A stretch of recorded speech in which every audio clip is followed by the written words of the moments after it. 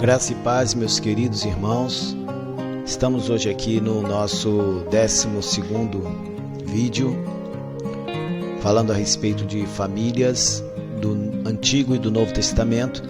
E hoje nós vamos falar, nesse 12º, fazendo uma reflexão sobre os irmãos de Jesus.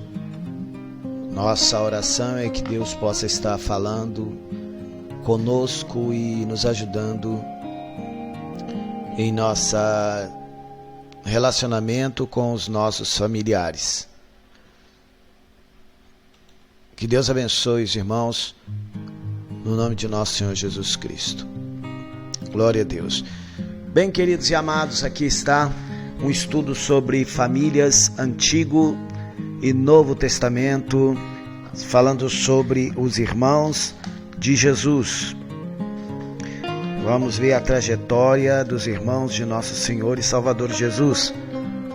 Nos vídeos anteriores nós vimos sobre José e também sobre Maria.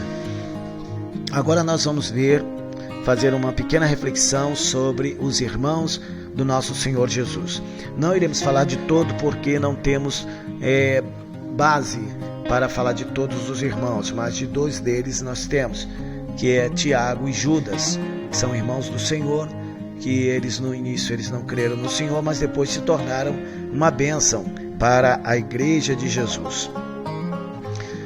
A gente sabe a história que quando Maria ficou grávida pelo Espírito Santo, a palavra de Deus fala que foi o cumprimento de uma profecia dada pelo profeta Isaías, que ele falava que eis que uma virgem conceberá e daria à luz a um filho.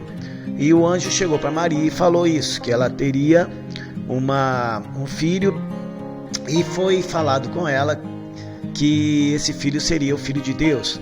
E Maria então, ela ficou em dúvida, ela falou: como pode ser que se eu sou virgem, né? Não tenho nenhum relacionamento com homem algum, estou prometida a casamento, mas ainda não casou. E o anjo falou para ela: não, o que vai acontecer contigo vai ser a unção de Deus virá sobre você, e o Espírito Santo vai gerar dentro do seu ventre uma criança. E só que José era o noivo dela, era aquele que estava prometido e para casar com ela, né?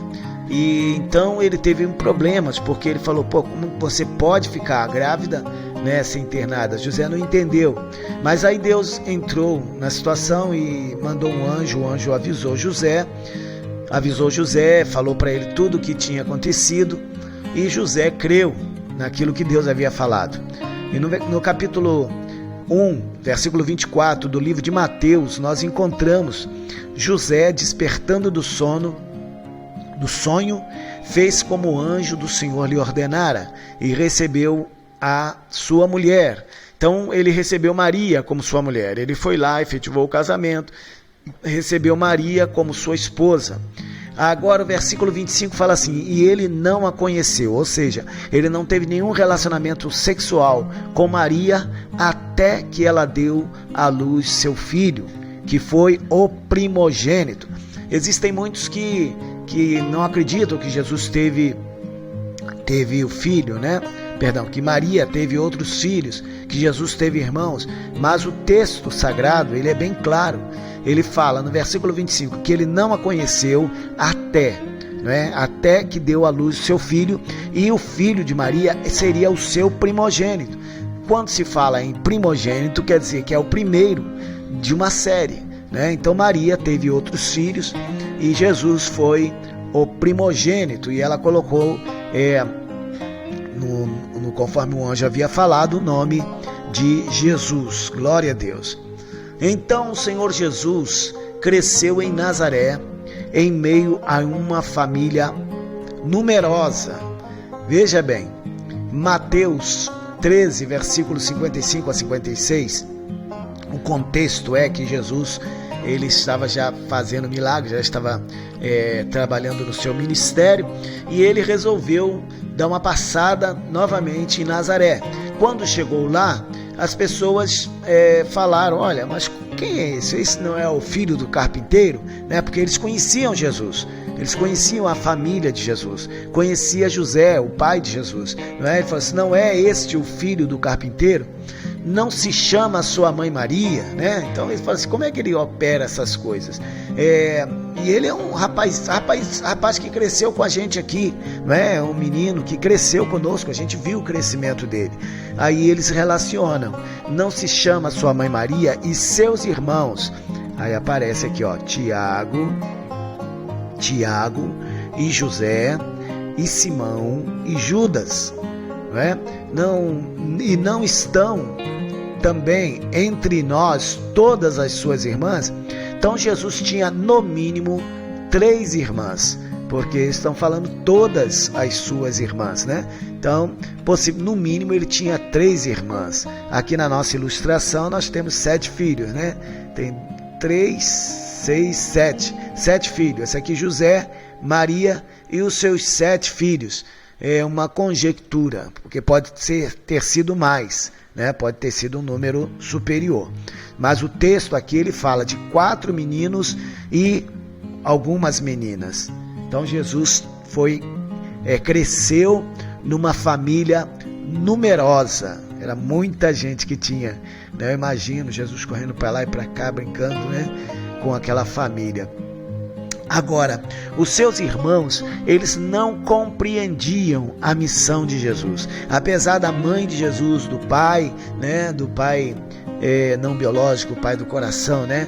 O pai adotivo de Jesus, ele entender e compreender a missão que Jesus tinha, os seus discípulos não entendiam a missão de Jesus. Eu não sei como é que foi na puberdade de Jesus, como foi na adolescência, na juventude de Jesus, mas aqui Jesus já tinha mais de 30 anos, quando aconteceu esse diálogo que os seus irmãos tiveram com ele. Veja bem o diálogo. Disseram, está lá no livro de João, no capítulo 7, versículo 3.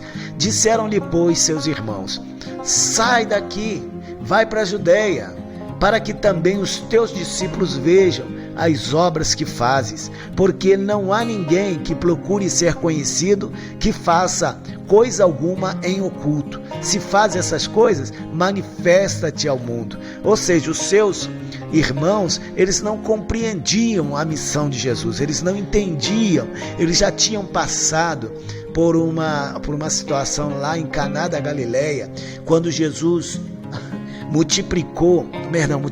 transformou a água em vinho, né? Eles viram aquilo, eles estavam no casamento. A palavra fala que ele foi convidado, ele, os irmãos dele, a mãe dele e os discípulos também foram convidados, possivelmente algum parente, alguma pessoa bem próxima da família que convidou, né? E pelo fato da Maria, a mãe, estar assim tão incomodada com a situação que aconteceu, que acabou o vinho, acredita-se que tenha sido algum parente de Jesus, né? Que casou e Jesus foi lá convidado. E os seus irmãos, eles sabiam, eles viam os milagres, eles viam as coisas que Jesus fez, mas eles acreditavam que Jesus estava buscando fama, né? Ele diz aqui, ó, não há ninguém que procure ser conhecido.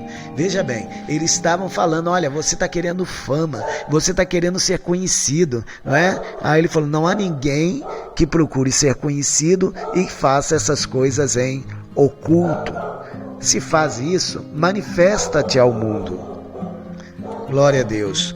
Eles achavam que Jesus queria apenas fama. E no versículo 7, no capítulo 7, versículo 1, o João, né, que escreveu esse texto, ele diz, porque nem mesmo seus irmãos criam nele, nem mesmo seus irmãos acreditavam nele. Ou seja, eles não entendiam o porquê de Jesus fazer aquilo que fazia, não é? Eles não entendiam. Houve um certo dia que eles convenceram Maria, a mãe dele, a tentar interditar Jesus. Veja bem, além de não acreditar em Jesus, eles ainda queriam boicotar o ministério de Jesus. E eles convenceram Maria, a mãe dele, né, por causa dos boatos que estava acontecendo, né? As pessoas estavam muito incomodadas com a intensidade com que Jesus exercia o seu ministério. No livro de Marcos, no capítulo 3, versículo 20 a 21, fala assim: quando Jesus foi para casa, uma grande multidão se ajuntou de novo. E era tanta gente que ele e os discípulos não tinham tempo nem para comer. Então, os parentes de Jesus souberam disso e foram buscá-lo, porque algumas pessoas estavam dizendo que ele estava louco, que ele havia perdido o juízo, que ele estava fora de si, entendeu? Então as pessoas estavam acreditando nisso, que Jesus estava descontrolado. E então os irmãos dele convenceram a mãe a chegar e falar: olha, vamos lá, vamos buscar Jesus, porque está passando do limite, não é? Ele daqui a pouco morre aí. E eles não sabiam, né? Não conheciam nada do Senhor Jesus. E eles foram então buscar a Jesus, foram para prender Jesus, Em Marcos, no capítulo 3, versículo 31, chegaram então seus irmãos e sua mãe, e estando de fora, mandaram-nos chamar, entendeu? Então eles ficaram de fora, falaram assim: olha, chama ele, manda ele vir aqui, porque aqui a gente pega ele, a gente leva ele, não é? A gente leva ele, porque ele não vai continuar nessa loucura desenfreada que ele está, não é? E a multidão estava assentada então ao redor do Senhor, e disseram: eis que a tua mãe e teus irmãos te procuram, e eles estão lá fora. E no versículo 33, Jesus respondeu dizendo: quem é minha mãe e quem são meus irmãos, né? Jesus está lá no meio do povo, está ensinando o povo, está curando o povo, está libertando o povo, e os irmãos de Jesus vieram para tentar atrapalhar o seu ministério. Muitas vezes acontece isso, né? Com as pessoas que a gente mais ama, com as pessoas que estão mais próximas de nós.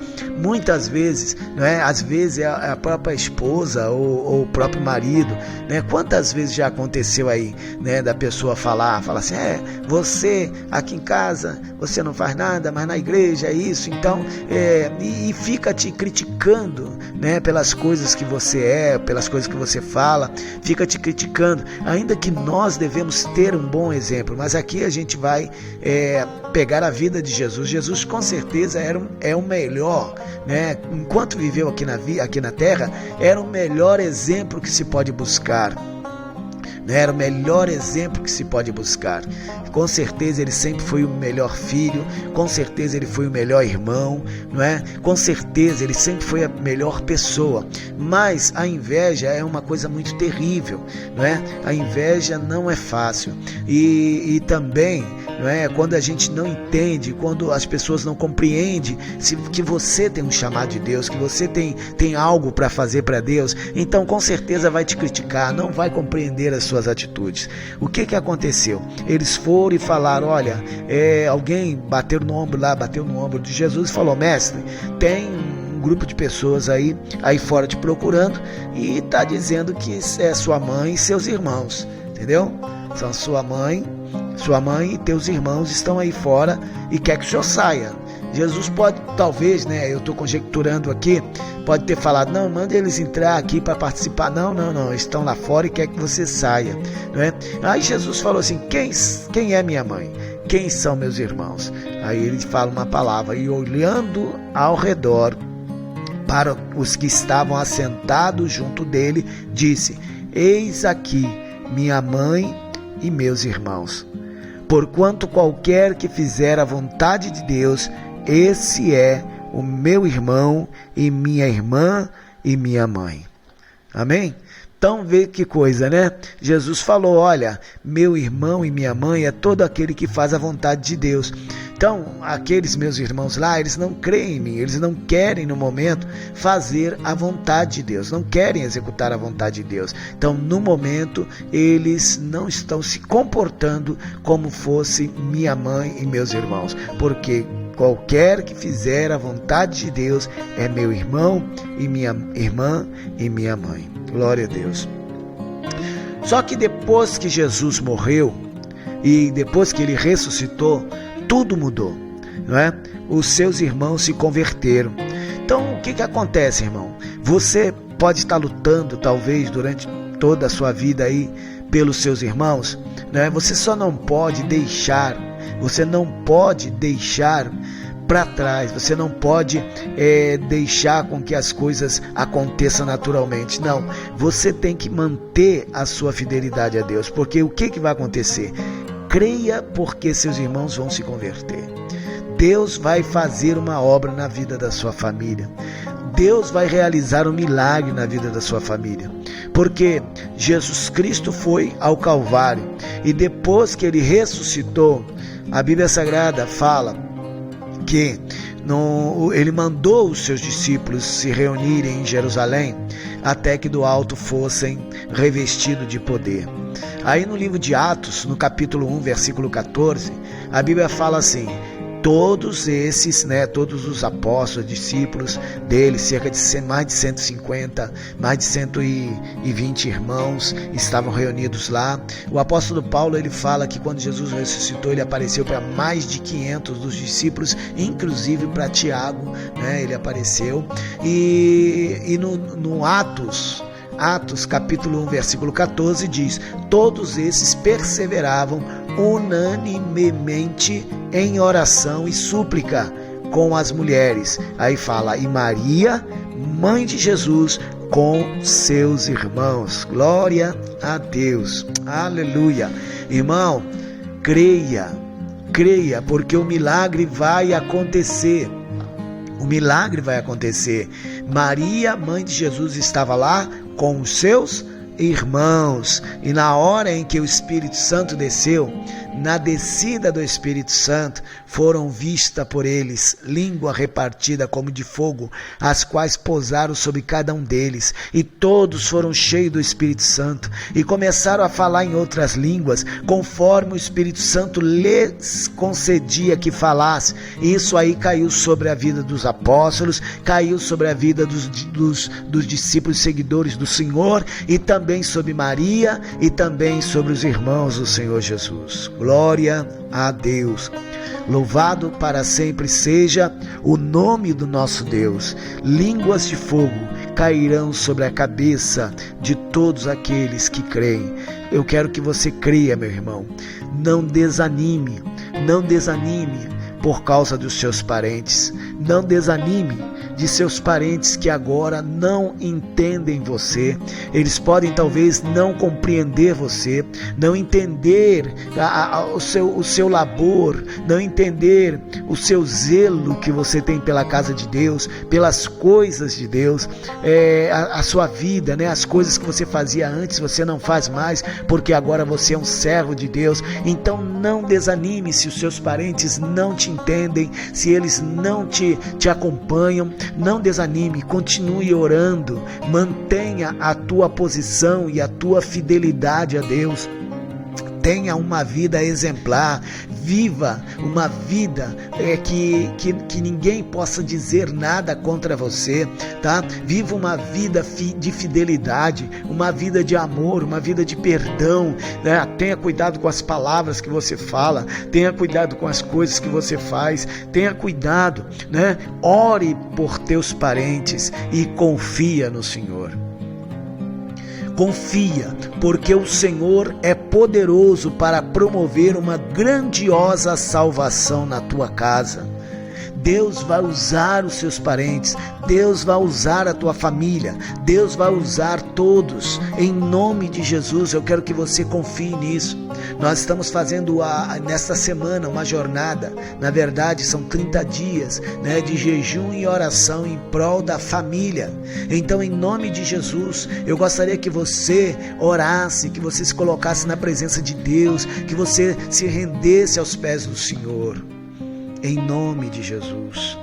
Porque, meu irmão, veja bem, o Tiago, que foi irmão de Jesus, ele se tornou o escritor da carta geral de Tiago.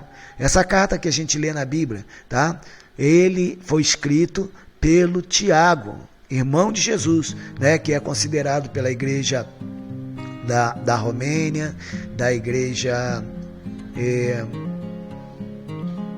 Até mesmo, a Igreja Católica não considera ele irmão de Jesus, fala que era primo, Mas a Igreja Ortodoxa e a Igreja Romena, Armênia, todos eles consideram Tiago como irmão do Senhor. Tiago, o irmão do Senhor, conforme está na Bíblia, né? Tiago, o irmão do Senhor. A gente vai ler os versículos ali. Tiago tornou-se líder da igreja em Jerusalém. Tiago é conhecido na igreja como Tiago o Justo. Se você for ler a história da igreja, tá, de Eusébio de Cesareia, que escreveu, você vai ver, e muitos outros escritores da patrística, né, você vai ver que eles falam de São Tiago o Justo. É esse Tiago, irmão de Jesus. Os escritores do século II a V o consideraram o maior intercessor da nação de Israel. Alguns até dizem que o templo de Israel foi invadido e o templo foi destruído. Por quê? Porque alguns sacerdotes, eles se levantaram, isso no ano 70, no ano 60, 50, 60, né, depois de Cristo. Eles se levantaram contra este homem, Tiago, que ele era benquisto, era um cidadão de respeito, tá? Era um cidadão de respeito entre o povo de Israel. E então, o que aconteceu? Ele se levantou e matou, apedrejou ele, falou que ele tinha que negar o Cristo, né? Que Jesus era o Cristo. Aí o cara foi criado com Jesus, né? Então ele não negou, ele falou de Jesus e tal, e então eles mataram ele. Algumas tradições falam que ele foi jogado do pináculo do templo, e levaram até um local alto e jogaram ele lá em cima, e depois bateram nele com uma clava, né? A clava é aquele pedaço de madeira com um pedaço de ferro na ponta, né? E esmagaram ele com aquilo. E outros falam que ele foi apedrejado, né? Mas ele foi martirizado por amor a Jesus. São Tiago. Pedro e os demais apóstolos reconheceram a liderança de Deus que estava em Tiago. Em Atos 12, 17, quando Pedro foi preso, né, Pedro, ao sair da prisão, pediu que avisasse a Tiago e aos demais. Pode ler lá, está escrito: e acenando ele com a mão para que se calasse. Isso quando ele entrou na casa do pessoal que estava orando por ele. Ele contou-lhes como o Senhor o tirara da prisão e disse: anunciai isso a Tiago. Esse Tiago aí não é o Tiago, irmão de João, porque o Tiago, irmão de João, havia sido morto pelo Herodes, né? Esse Tiago aí é o Tiago, irmão do Senhor, e ele saiu, foi para outro lugar. Também tem aqui, quando Pedro foi pregar o evangelho para Cornélio, um gentio lá na Cesareia, se levantou no meio da igreja em Jerusalém uma confusão imensa, porque falaram: não, ele não podia ter feito isso, Pedro não podia ter feito isso, e cada um falou, todo mundo falou, e depois, havendo eles se calaram, tomou Tiago a palavra e disse: varões e irmãos, ouvi-me. E o texto, depois que você acompanhar esse texto, você vai ver que os irmãos obedeceram aquilo que Tiago falou. Ele sempre assumia a última palavra para apaziguar a situação. Foi assim com Pedro, foi assim com a situação de Paulo, né? Quando Paulo foi para Jerusalém, ele foi recebido na casa de Tiago e considerava ele, junto com Pedro e João, coluna da igreja. Atos 21, 18 diz: no dia seguinte Paulo entrou conosco em casa de Tiago. Isso quem está falando é Lucas, né? Que Paulo foi em Jerusalém e ele foi recebido na casa de Tiago. E todos os anciãos vieram para a casa de Tiago. Então Tiago tinha autoridade, ele tinha uma autoridade, ele tinha uma liderança, ele começou a exercer uma liderança, que os demais anciãos da igreja, eles se reuniam na casa de Tiago. Paulo falou assim em Gálatas 1,19, ele diz: não vi nenhum outro dos apóstolos senão a Tiago, irmão do Senhor. Ele considerou aqui Tiago um dos apóstolos, né? Em Gálatas 2,9 ele fala: e conhecendo Tiago, Cefas e João, que era considerado como as colunas. Então Tiago, ele foi considerado coluna da igreja. Sabemos que Tiago e Judas e os demais irmãos de Jesus se tornaram uma bênção para a igreja. Agora, se você quer saber mais, leia a palavra, leia também os livros históricos, né, que Eusébio da Cesareia escreveu a história eclesiástica, né, que fala até mesmo como foi a morte de Tiago, e também Flávio Joséfo escreveu História dos Hebreus. Flávio Joséfo não era crente, ele era um historiador hebreu, então ele fala de um certo Cristo, né, que tinha um irmão, e esse irmão se tornou muito importante em Jerusalém e tal. Ele fala um pouco sobre Tiago, né? Lá na página 939 ele fala isso. Na questão da história eclesiástica, no Eusébio da Cesareia, na página 47, fala um pouquinho sobre a vida de Tiago. Fala sobre a morte de Tiago, como se deu.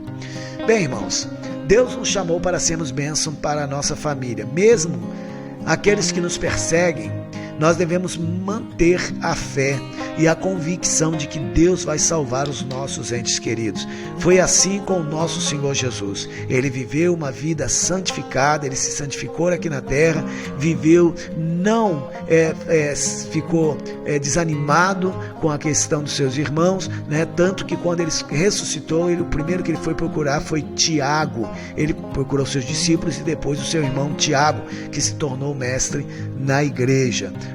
Então, você não desanima dos seus familiares, não desanima do seu filho, não desanima da sua filha, não desanima dos seus pais, não desanima dos seus familiares, do seu tio, da sua tia, do seu sogro, sogra.